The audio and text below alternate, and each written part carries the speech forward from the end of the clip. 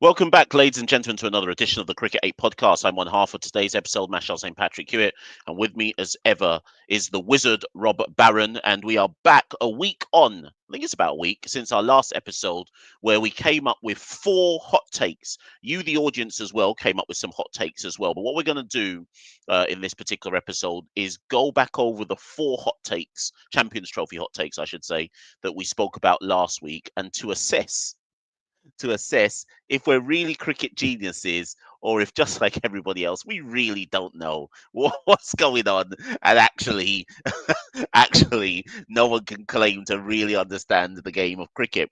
But by all means, get involved in the comments. Let us know if you've got any remaining hot takes for the remainder of this particular tournament, and we'll put the best of them up that you lot post in the chat. If you're watching this on the replay, by all means, put in the comments below. But Rob, that's a lengthy intro. How are you doing? All good, mate. We are geniuses. There's no need to verify or unverify that fact. But yeah, we can Well, boil down into what we said. yeah, Did we for, say for England were sure. crap? Because that's Well, been no. verified. So this is it. If we use the technicalities of some of these hot takes, then I think there is room to say that at least 3 of our 4 hot takes are still alive. Um, Cool. so we shall see. And like I say, the people who gave hot takes last week, we haven't forgotten you, but we just don't have as much time to go through those as well. So Rob, let's go straight into it. The first hot take that we had last week was, we said, and we looked at the odds of each of these happening. We said Afghanistan to win the tournament. I postulated that hot take, and your response to that was to tweak it slightly and say Afghanistan to get to the final and to see. So it was there was a slight difference in the level of the hot take. Now, in fairness, since then, Afghanistan lost their opening game to South Africa, but did exactly what you said they would do, which is beat England. Obviously, that was yesterday, and I don't even know if we should call it historic win, Rob, because I think, and I don't know if people agree with this in the comments or not, that we need to move past in the world of cricket this idea that Afghanistan are plucky underdogs now. And I think we just have to accept that they're just better than some of the more established. They're certainly better than the West Indies. So I think we just have to accept that they're better than some of the more established full member nations. So they obviously have one game left. Australia and South Africa was rained out. So Afghanistan know that if they beat Australia in their final game, they will go through to the semi-final. So the hot take is still alive. But I guess what I should ask you to respond to here, Rob, is how strong of a chance do you give them to beat Australia in the last game?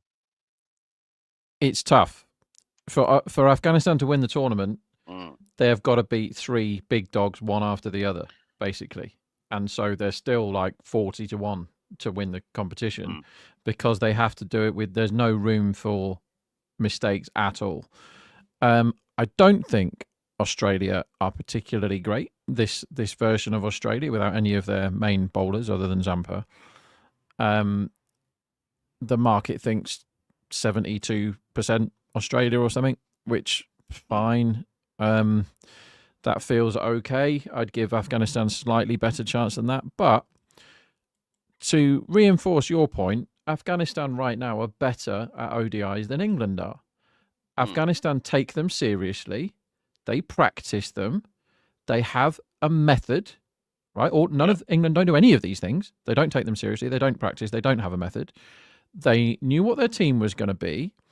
And if you said Afghanistan are going to play England in basically a knockout match, which is what it transpired yesterday, Yeah. in a major tournament, and they've got 20 overs of Rashid Khan and Noor Ahmed, and they go for about 120 between them and get 1 wicket, Hmm.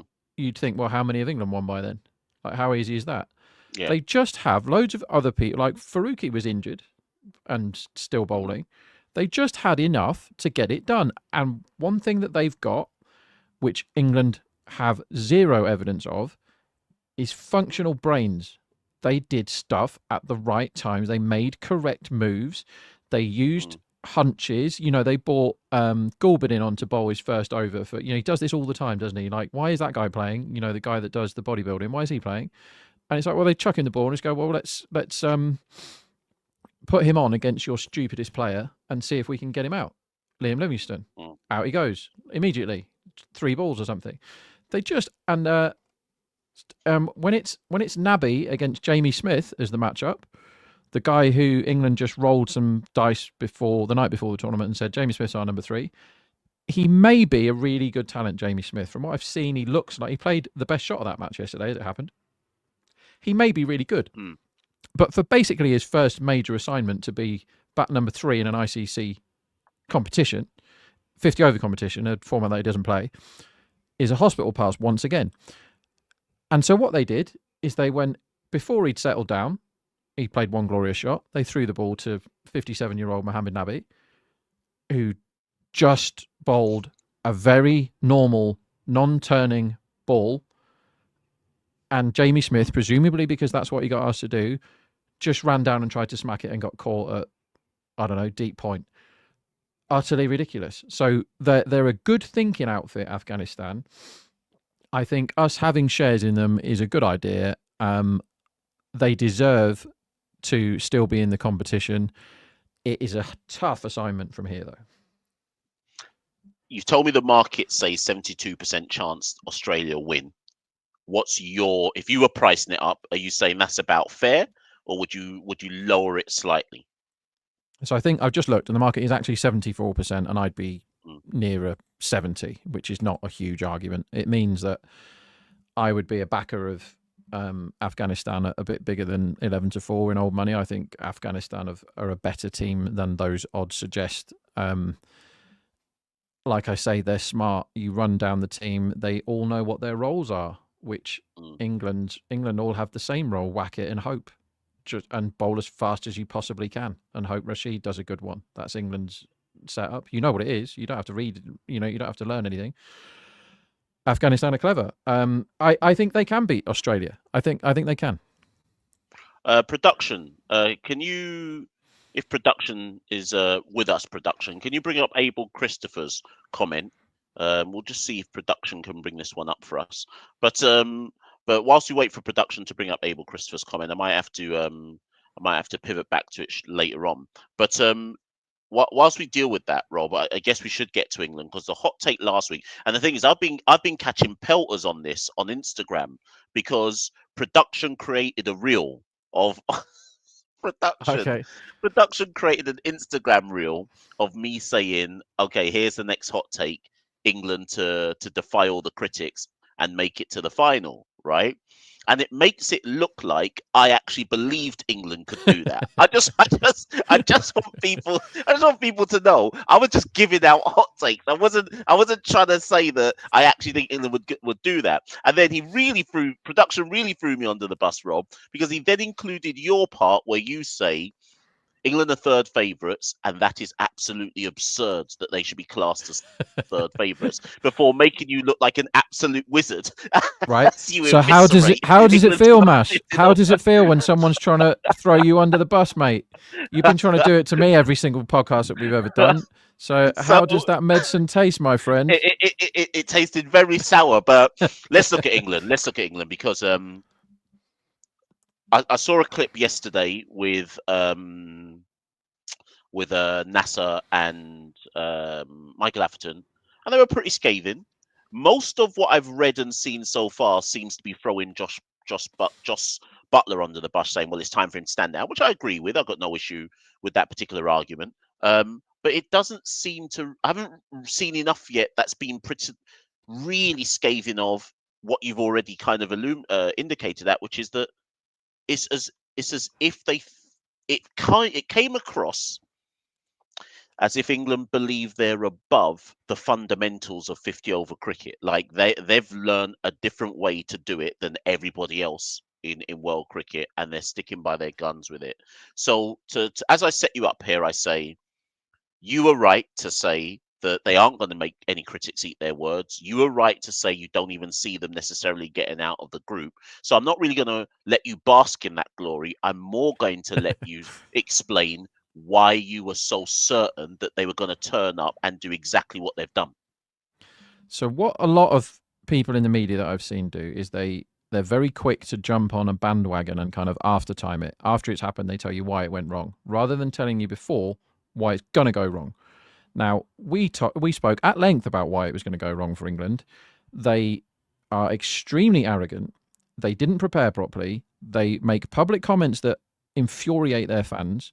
For example, whilst getting walloped by India in their only preparation for this competition was getting hammered in every game by India. And they said, it doesn't matter. I know it would be nice to beat India. Thanks for the money for coming to watch us and all that. But we're trying to peak at the right time, which is the Champions Trophy. Well, if that's the peak, what we've just seen, it is very much time to rip everything up and start again. England turned up to a must-win game with 4 bowlers in their attack, and 3 of them were injured.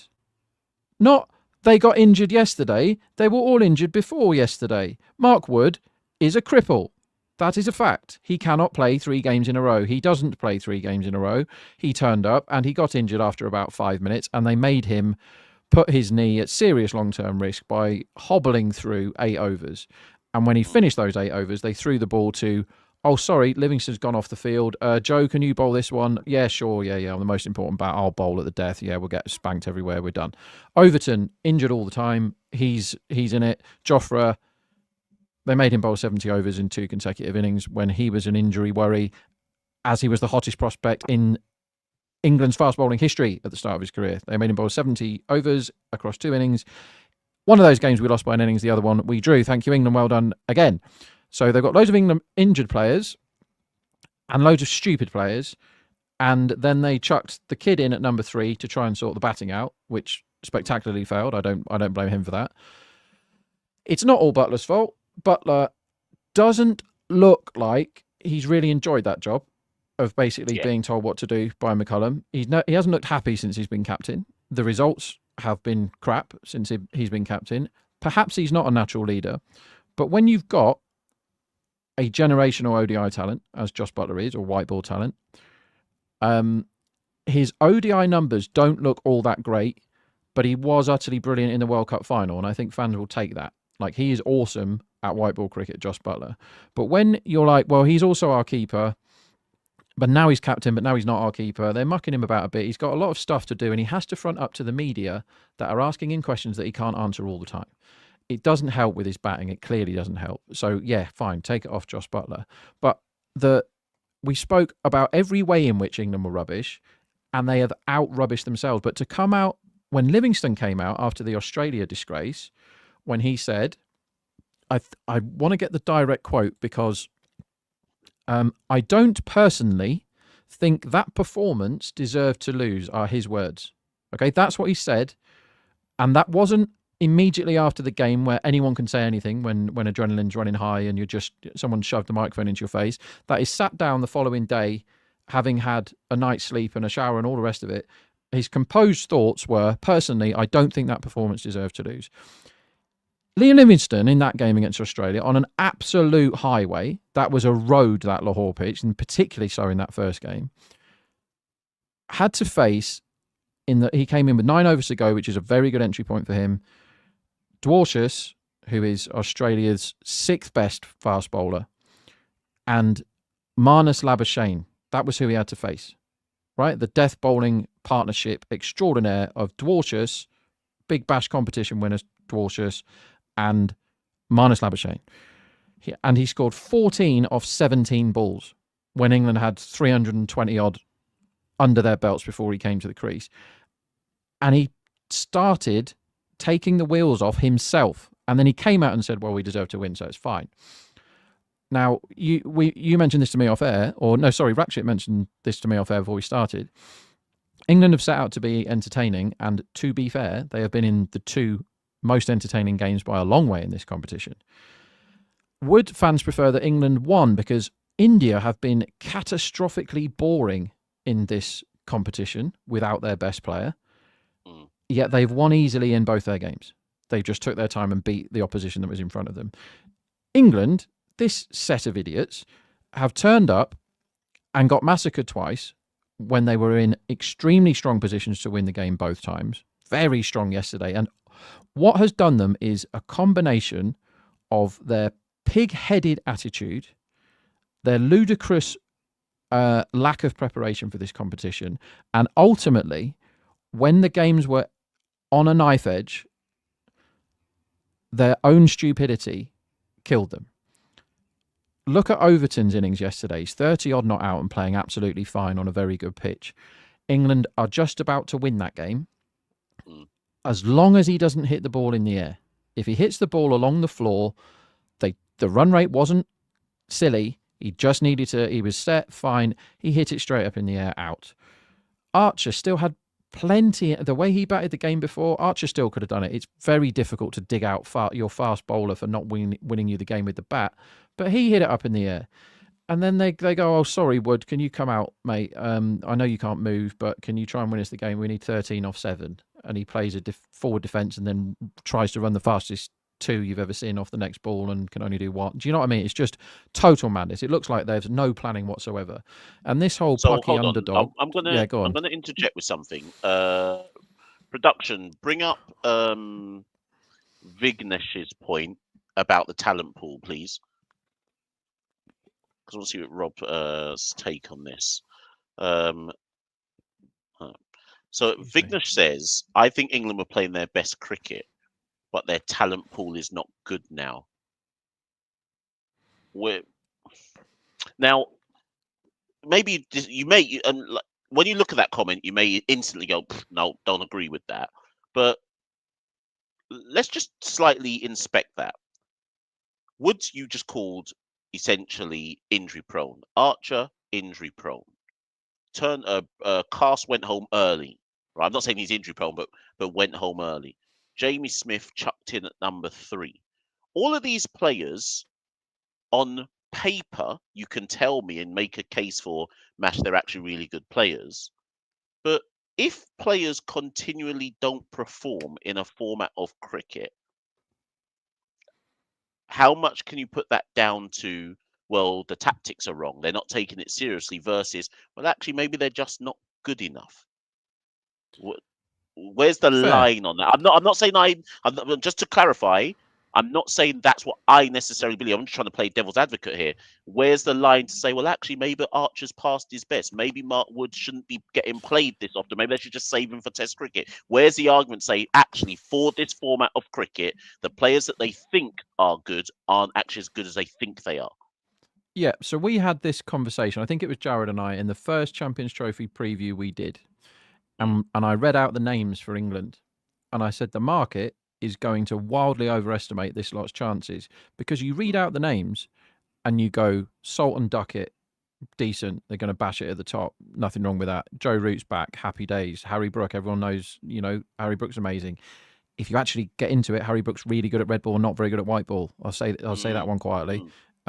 His white ball numbers are actually rubbish. Josh Butler, we all know how amazing he is. Actually, since he's been captain, he's not batted very well. So on paper, you go, Jofra Archer. Remember him? Like, how good was Jofra Archer when he was good? Mark Wood, he can bowl at 95 miles an hour. His numbers are actually terrible, Mark Wood, in ODI cricket. You read them all out and you go, England are really good at cricket. And then you go into it and you go, actually, Jofra Archer on paper is amazing. Jofra Archer right now is a guy that was ruined by the ECB, who could have been absolutely anything if they didn't bowl him into the ground when they knew he had a bad elbow. And since then, he's had injury after injury. I feel really sorry for him, but he's not the guy, because yesterday was when you thought that there was a glimpse of the old Jofra Archer when he got Afghanistan. Let's not forget yesterday, they were 40 for 3 after 10 overs. All 3 of them from Jofra, who bowled a really good spell. And Jofra's figures at the end, when he was 3 for 20 off his first 5, he ends up with 3 for 64 off his 10 overs. So he's gone at 6.4 and no one else has helped.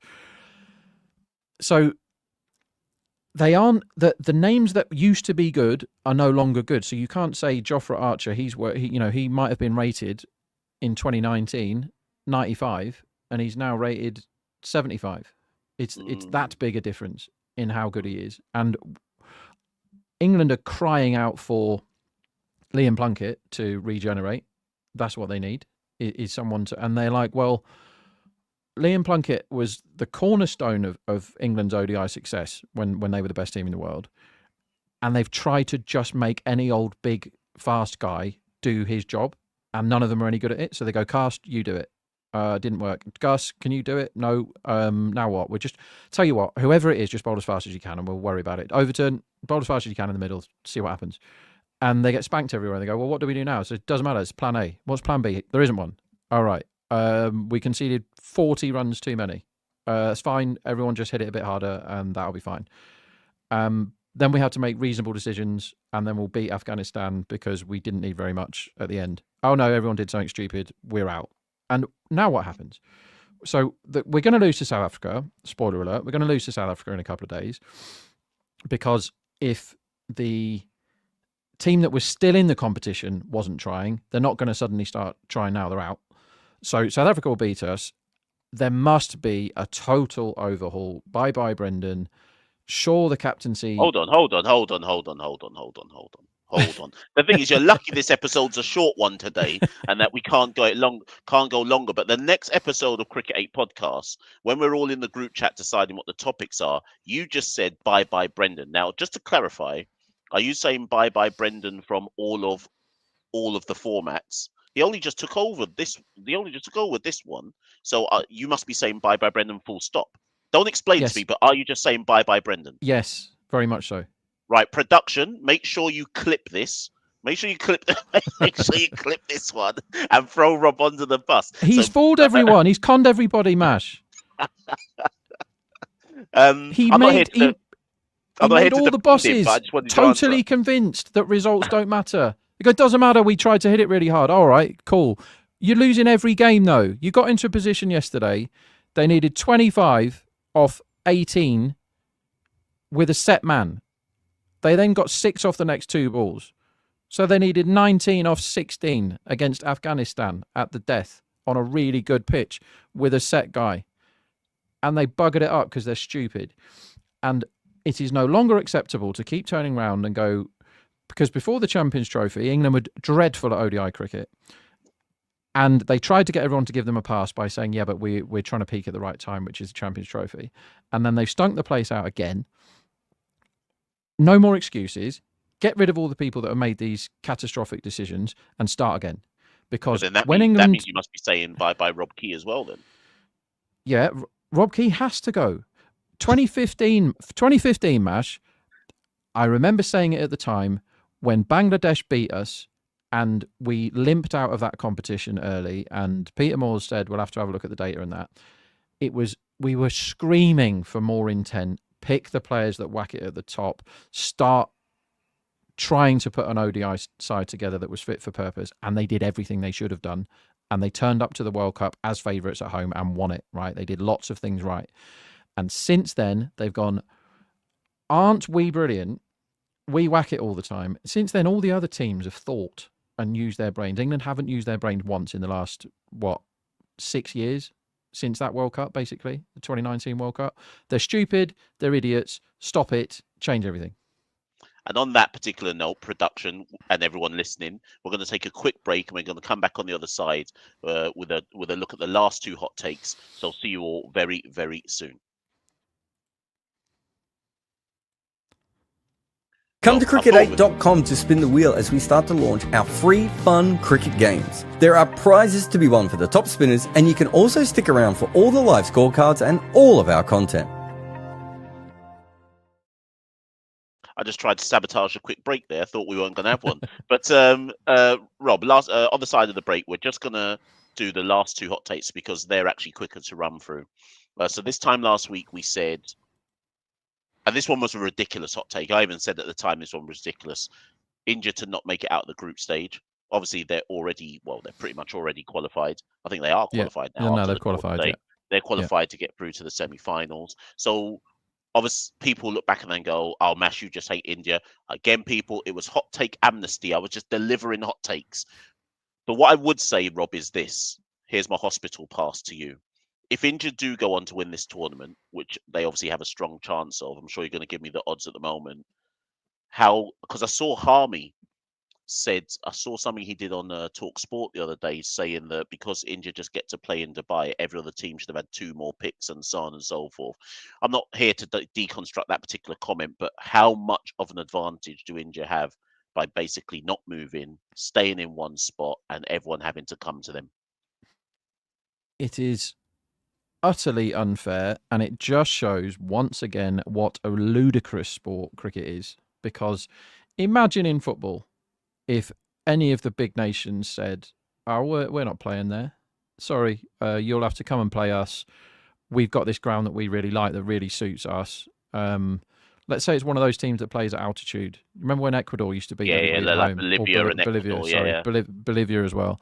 And they just went, well, we always win at home because we're playing in the mountains and no one can breathe. Imagine if someone did that, they'd just go, well, obviously we're going to kick you out. So India hold all the cards and then they steal everybody else's cards and play with them as well, and wonder why they beat everyone all the time. Like, they don't need so many things stacked in their favour when they've got the best team anyway. So it's totally unfair. The fact that where they're playing suits their team composition exactly, Dubai, it really suits India. And a lot of their players have played lots and lots of cricket there. They don't have to travel. They don't have to move. They're in the home dressing room all the time. They can train there. Do you know what I mean? It couldn't be better for them. The conditions suit, lovely jubbly. They've played 2 horrific cricket teams so far and beat them in an incredibly boring way. 2 of the worst chases I've ever seen in terms of entertainment. Now, what they are very good at is winning cricket matches, which is their job, isn't it? They haven't been tested at all yet because Pakistan, as they have done in recent years when they've, in the rigged draws of these competitions, always played India, laid down and had their belly rubbed again and didn't really try very hard. India then didn't try very hard to chase them because they didn't have to and took ages, and then the exact same thing against Bangladesh, right? So there's tougher tests ahead for India. And if India do win this, and they are 41% to win it according to the market, if they do win it, then it's so easy to say, a bit like when Liverpool won the league and it was COVID and everyone said, well, that one doesn't count. So easy to say, well, you didn't play the competition in the host country, you refused, so you got to play it on all the pitch that you like. And Australia didn't bother turning up with any of their bowlers. All the South African ones were injured, and England decided that they were going to boycott the tournament by playing utterly atrociously. So you didn't have anyone to beat. However, the job of the India players, and the India fans won't care about any of that, is to win, and that's what they're doing. If you had to put your money on it now, would you go India, or do you think there's an outside chance that one of New Zealand, South Africa could win in the final against them? I mean, a final's a final, but would you be going all in on India? No, not at the likely price that they will be. India will be too short. I think 2.4. So basically the question is, would I want to back India now or let other people back them with me? And the latter is the answer. I think they're too short. I think they're good, but they're not that good. Okay, interesting. For those of you in the comments, whether live or watching this afterwards, if you're not backing India to win this, or if you're a pessimistic Indian fan who believes the team won't win it all, who do you think will win it instead? If you're live with us now, if India don't win this, who do you think will win it instead? And actually, if India do win it, so are you basically saying, Rob, I'm really throwing your hospital pass here, if India win it, are you putting an asterisk next to it? Not quite an asterisk. No, actually, yeah, I am, because you can't be considered a great tournament winner if you've refused to play in the country that's hosting the tournament and ended up playing all your games on a pitch that suits your team. Yeah. Huge, great big asterisk next to this if India win it. But then Indian fans could rightly say, yeah, but they don't have Bumrah. Totally fair. And well done for winning. But if you play on spinny pitches all the time, you need him less. Yeah, they haven't got their best player, but Australia turned up to this competition without Stoinis, Mitch Marsh, Cameron Green, Josh Hazlewood, Mitchell Stark, Pat Cummins. Utterly mental. And they're second favourites. Production is you lot can't see it, but in the background, production has put a question to us saying, "Was winning the Champions Trophy ever considered great?"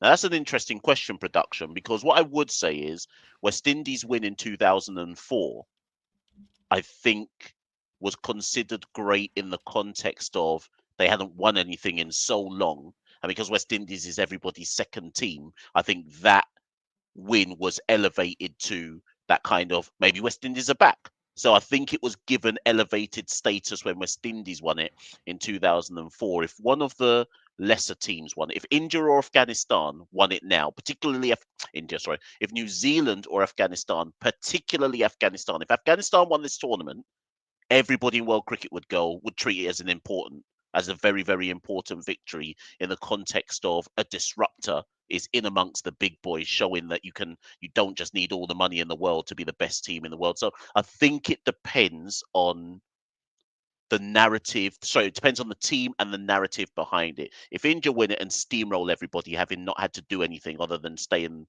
one dressing room in one spot, then maybe you can say, "Oh, it's not that great a tournament." If Actually, Rob, I want your take on this. If Australia win it with what amounts to a B team bowling attack, what does that say about the tournament? Yeah, so again, on the eve of the tournament, we said, who's taking this competition seriously? Like New Zealand and Afghanistan were the two that we ended up with. And everyone else is like, well, I'm very convinced that Australia got together and their senior guys said, we're going to take this tournament off because we want more money in the IPL. So if Australia's B team win this, 1 in 5 chance, then it does throw the competition. I think the competition's validity has been thrown into question anyway. The fact they didn't even bother with it last time suggests that. I love the Champions Trophy, always have done, and as the game yesterday, which was an absolute barnstormer, proved, ODIs, when it's good, is the best one. It's so good. ODI cricket is amazing, and that West Indies one when bloody Brown and Bradshaw, was it? Yeah, Brown and Bradshaw got 30 something each red when they were 8 down to win that game. It was one of the best games ever in ODIs. Stunning effort. Does it devalue the tournament if Australia win? I think the tournament was devalued by its participants. England have the most blood on their hands there. Then it's India for refusing to play in the host country, and then it's Australia for deciding that half their players didn't fancy it. And South Africa have most of their bowlers injured as well. So it's slightly devalued, because if this was the IPL, if the IPL had started 2 weeks ago, then out of the 15 high-profile cricketers that are missing, I reckon 13 of them would have been playing in it. Yeah. So that probably answers your question. It means that the competition isn't being taken as seriously as we would like it to be as cricket watching fans. Listen, our last segment of the show, people, and we're going to look at the last hot take that we had last week was Adam Zampa will end as the top wicket taker in the tournament. Now, obviously, that hot take looks absolutely atrocious, not helped by the fact that Australia and South Africa was a washout. So the chances of Zampa becoming hot wicket takers. In fact, I'd like, actually, because last week, Rob, I don't know if you remember, I asked you to tell me what the odds were, and you said actually the odds were quite short for Zampa. But now there's a washout. I'd love to believe that it's lengthened on Zampa. But what I will say is something that you said last week was proved correct in the first game against England. You said because their main bowlers aren't there, Zampa's going to end up bowling more wicket-taking overs than normal. They'll bring him back in wicket-taking positions. And I think in that first game, he took 3 or 2, but he did exactly what you said, which is that he came back at the times you bring a strike bowler back, and they're like, go get us something, and he did. Right in England's innings. Now at the moment, I was just bringing it up as we were doing that last segment. Omazai is the top wicket taker in the tournament at the moment with 6. Bracewell's got 5. Willow Rook's got 5. Mohammed Shami's got 5. Then you got Rana on 4. Nabi on 4. Archer on 4. He's not going to win. What's the odds saying to me now? Obviously, Zampa's going to be too long now, although he could still do it. Where would your money go now if you were thinking top wicket taker? It's a really good question, and that is such a difficult one. It was a difficult one to price. I said before the competition, you want to be backing people at big prices because anybody can win it. And O'Rourke was in the conversation, I think. I think he was about 33s. He can still win it now. I mean, if you've had a bet, as obviously I've had millions, if you've had a bet before this competition on top batsman or top bowler, you're either lucky or unlucky because of the rain, right? I didn't see the rain coming in the forecast I saw before the competition, probably wrongly. I'm absolutely terrible at reading the weather. But some of the people that you've backed, you've either got really lucky because they've avoided it and therefore they get... When the winner plays 5 matches, if you're having 2 washouts, then you can't win top bat or top bowl. So it appears that Shami is the most likely winner because India are in for the most games. And he got a 5 in the first one and then nothing in the second. The reason why Omarzai, who it's incredible that he's got 7 wickets in 2 games. Who'd have thought him? Who'd have plucked him out of anywhere? I thought Faruqi, if anyone, was going to get loads of poles for, or even Noor Ahmed's actually bowled quite badly in the 2 games. Yeah, it's been subpar. He's been a lot worse than I had him in for. So yeah, Shami is favourite from here. Zampa can win it, but he's going to have to put something pretty impressive together. He did bowl, I think, the 46th over the other day, which is an encouraging thing if you still think Zampa can do it. But I could reel off. Who's the person Who's the person you'd go for? Who's a long shot, but good value at long shot? Hold on, and before you answer that, Dex in the chat put Marco Jansen, but Marco Jansen's only got 1 wicket, and South Africa have had a washout. Obviously, that doesn't mean that Jansen can't win. I mean, he could take a couple of fifers for all we know in game 3 and then in a semi and so on and so forth. But who's a good long shot? Because Shami's going to be short. So I don't respectfully, I'm not going to look at him. Who's a good long shot? You'd say. Yeah. So who can win it from here? I think you probably have to pick a player that isn't a certainty to get to the final, but it's not an impossibility. Like England players cannot get there. They cannot play any more games than the 3. So you can't look at Englishmen. You don't want to look at Indian guys because, like you say, they're too short in the betting, yeah? So I'm looking further down and going, right, I want New Zealand, South Africa, somebody like Ngidi, who is not a great ODI bowler, but because he is in an attack where I think it's fair to say that most batsmen would see him as someone that they're going to target. Yes. Because he's got Rabada at the other end and Maharaj and whoever else. I think Ngidi is somebody that can get that cheap fiver. Cheap poles. And his poles, mate, his numbers are pretty good. He gets a wicket every 30 balls in ODIs and he gets a wicket every 13 and a half balls in T20Is. That's really good considering if you asked everybody to name the 10 best bowlers of this competition, no one's saying Ngidi, right? It's not happening. Yeah, I agree. Yeah. But he does get lots of poles. So what you want is somebody... I didn't think it would be Shami that would get the cheap fiver, which is what happened. But... and obviously Omarzai got his cheap fiver against England. But Ngidi is the sort of guy that can... Let's say South Africa are batting first... and the chase is beyond the team. They need 16 and over. And Ngidi comes on. He bowls that combination of quite quick pace and sort of grubby slower balls that get cheap ones. The Dwayne Bravo theory of death bowling, where if you bowl enough slower balls in the slot when they need 14 and over, it doesn't matter if they hit the odd 6, you're going to get your court long on at some point. And so Ngidi is that guy. So that's my answer to your question. Who can win as a long shot? And I reckon he's probably 50 to 1-ish because he's only got 2 poles. Ngidi is my answer. Oh, okay. Well, ladies and gents, you've been given some selections for those who dabble. You've been given some selections there by Rob Barron, and as ever, people, we've gone 40, so we're going to call it a close there. Thank you so much as ever for joining us on the Cricket8 podcast. It feels like with England out, it kind of feels like the champions, and with the washout today between Pakistan and Bangladesh, kind of feels like we're now in properly in the Champions Trophy, because arguably only the good teams are now left in this tournament. So we got India and New Zealand on one side, and then obviously we got the thriller between the knockout game between Australia and Afghanistan to come before we get to our semis. But we'll be back later this week and obviously next week as well to look at the semi-finals and ahead of the finals itself, before then obviously we get into PSL and IPL season. But thank you very much as always, people, for joining myself and Rob Barron, and we'll be back very, very soon on the Cricket8 podcast. Remember to support us by subscribing and sharing, but also signing up at Cricket8.com, where live scorecards cover 8,000 matches a year with advanced visual details that tell you who is actually in front in the game.